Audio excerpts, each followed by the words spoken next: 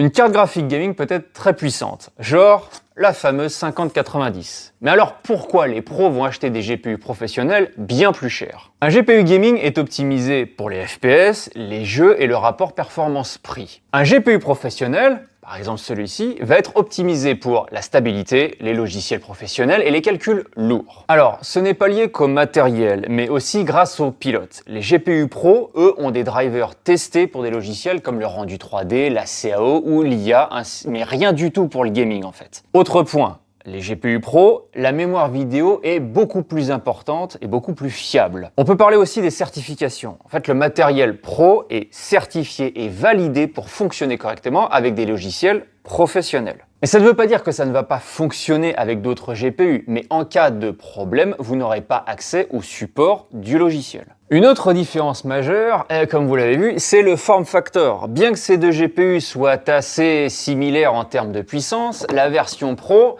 est bien plus petite et donc bien plus facile à intégrer dans une machine. Alors pour résumer, si tu fais du gaming, eh bien la carte grand public suffit largement, car une carte gaming cherche la performance et la performance uniquement. Mais si tu travailles sur une scène 3D bien lourde, une simulation, un projet d'IA ou un rendu pour un client, un crash peut te coûter très cher. Et là, le GPU professionnel devient un outil de production, pas juste une simple carte graphique. Un GPU professionnel cherche la performance, certes, mais aussi la fiabilité, la compatibilité et la stabilité. C'est pour ça que chez Happy et Dataforge, quand on fabrique des stations de travail ou des serveurs GPU, le but n'est pas seulement d'avoir une carte puissante, mais d'avoir une machine stable, bien dimensionnée et adaptée à votre usage.